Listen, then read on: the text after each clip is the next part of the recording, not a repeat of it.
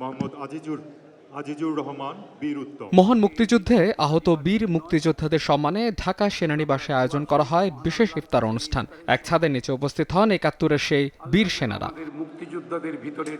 ইফতারের আগে স্মৃতিচারণ করেন ৭১-এর সেই রক্ত ঝরা দিনগুলোর। দেশ ও জাতির প্রতি দায়িত্ব পালনে সেনাবাহিনীর ভূমিকায় সন্তোষ প্রকাশ করেন মুক্তিযোদ্ধারা। আজকে আমাদের সেই রণাঙ্গনের যারা আহত হয়েছে তাদের সাথে আমরা মত বিনিময় করব।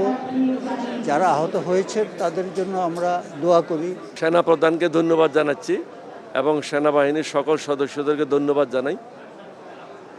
তাদের কারণে আজকে আমরা প্রাক্তন মুক্তিযোদ্ধারা এখানে একত্রিত হতে পেরেছি। আমি মেজর জেনারেল নাজর হোসেন শাহ, যে 16 ইনফ্যান্ট্রি ডিভিশনাল কমান্ডার ছিল পাকিস্তানের, নর্থ বেঙ্গলের যে কমান্ডার ছিল, তাকে আমি অ্যাম্বুশ করি রংপুর পীরগঞ্জে। ওই যুদ্ধের জন্য আমি বীর বিক্রম উপাধিতে ভূষিত হই। আর আমরা যখন ইন্ডিয়াতে যাওয়ার পথেই আমি আমাদের স্বাধীনতার ঘোষক প্রেসিডেন্ট জিয়া রহমানের ঘোষণা রেডিওতে শুনেছিলাম যাওয়ার পথেই। তখন থেকে আমাদের ভিতরে একটা উদ্দীপনা এসেছিল।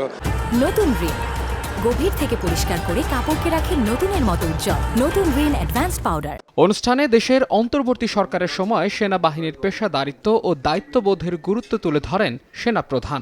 আপনারা জানেন যে গত 18 মাস ধরে আমরা একটা বিশেষ সময় পার করেছি এবং সেনাবাহিনী দেশের শান্তি শৃঙ্খলা রক্ষার কাজে নিয়োজিত ছিল। একটা গণতান্ত্রিক প্রক্রিয়া আমরা চলে গেছি। নতুন সরকার আজকে প্রথম সেশন ছিল, এখানে সব সরকার এবং বিরোধী দলরা ছিল। একটা প্রাণবন্ত সংসদ দেখতে পেলাম।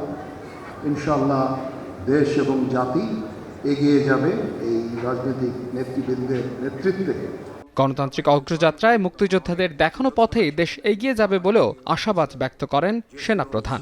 সৈনিক এবং আমি এনাদের মাহাদ ইসলাম ধ্রুব, সময় সংবাদ, ঢাকা।